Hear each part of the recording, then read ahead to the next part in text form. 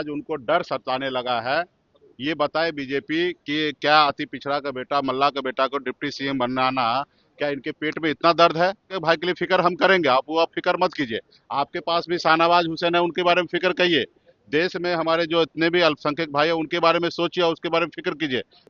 देखिए, बीजेपी को फिक्र करने की आवश्यकता नहीं है। यही बीजेपी है जो हमारे अल्पसंख्यक भाई को कहते हैं कि हिंदुस्तान को छोड़कर आप दूसरे जगह चले जाओ। ये आज उनको डर सताने लगा है। ये बताए बीजेपी कि क्या अति पिछड़ा का बेटा, मल्ला का बेटा को डिप्टी सीएम बनाना, क्या इनके पेट में इतना दर्द है। और वो अल्पसंख्यक भाई के लिए फिक्र हम करेंगे, आप फिक्र मत कीजिए। आपके पास भी शाहनवाज हुसैन है, उनके बारे में फिक्र करिए। देश में हमारे जो इतने भी अल्पसंख्यक भाई है उनके बारे में सोचिए और उसके बारे में फिक्र कीजिए। नफरत की राजनीति नहीं कीजिए। अभी सबसे पहला मेरा सवाल है भाजपा वाले से कि क्या आपको तकलीफ हो रहा है?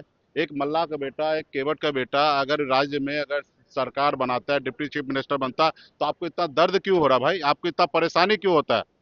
तो हमें तो पता है कि आपको दर्द और परेशानी इस बात का होता है कि एक गरीब पिछड़ा का बेटा कैसे राज्य में डिप्टी सीएम बन सकता है। कैसे हमने मंत्री बना तो आपने कैसे हमारे विधायक को खरीद लिया, हमको सरकार से बाहर कर दिया। पहले इस सवाल का जवाब दे।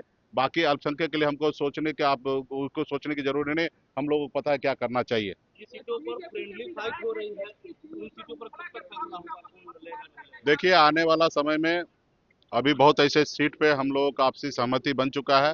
वहाँ पे बहुत सारे ऐसे सीट पर हमारे प्रत्याशी नाम को रिटर्न ले चुके हैं। जैसे मेरा ही प्रत्याशी जो है बाबूबरी से बिंदु गुलाब यादव जी, वो नाम वापस ले लिए। और उस चैनपुर में वीआईपी पार्टी लड़ रहे हैं, वहाँ पे राष्ट्रीय जनता दल वो अपना नाम वापस करेंगे या समर्थन दे देंगे। तो कुल मिला के हम लोगों का गठबंधन में सही है। 2-4 सीट है, आने वाले समय में उसको भी हम लोग दूर कर लेंगे। आज प्रधानमंत्री नरेंद्र मोदी कर्पूरी ग्राम जा रहे हैं समस्तीपुर, क्या दलित वोट बैंक उनका साथ में वही पुलिस हुआ? देखिए, मोदी जी बिहार आते हैं, बिहार एक ही मकसद होता है उनका, बिहारी को गुमराह करना, बिहारी को गुमराह करके कैसे वोट ले लेना। आपने देखा 2 दिन पहले देश के गृह मंत्री जी बिहार आए थे और इंटरव्यू में उन्होंने कहा कि फैक्ट्री बिहार में लग ही नहीं सकता क्योंकि यहाँ पे जमीन ही नहीं है। आप बताइए, आपको जो आप लोग ऐसे बिहार के बिहारी होने के नाते और आप मीडिया के साथी हैं, आपको बिहार में जमीन नजर नहीं आ रहा है? ये देश में टॉप 10 में हमारा बिहार है जो कृषि उत्पादन में। क्या हमारे आसमान में हम कृषि करते हैं, खेती करते हैं? हमारे जमीन पे ही कर रहे हैं।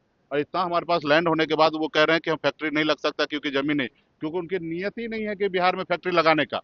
उनकी नियत है कि बिहार के हर एक युवा जो है वो अपनी जवानी और अपने बुढ़ापा जो है दूसरे प्रदेश में जाके कटाए, गुजरात में जाके मजदूरी करते रहे। तो ये खास करके भाजपा का चाल चलित रहा है।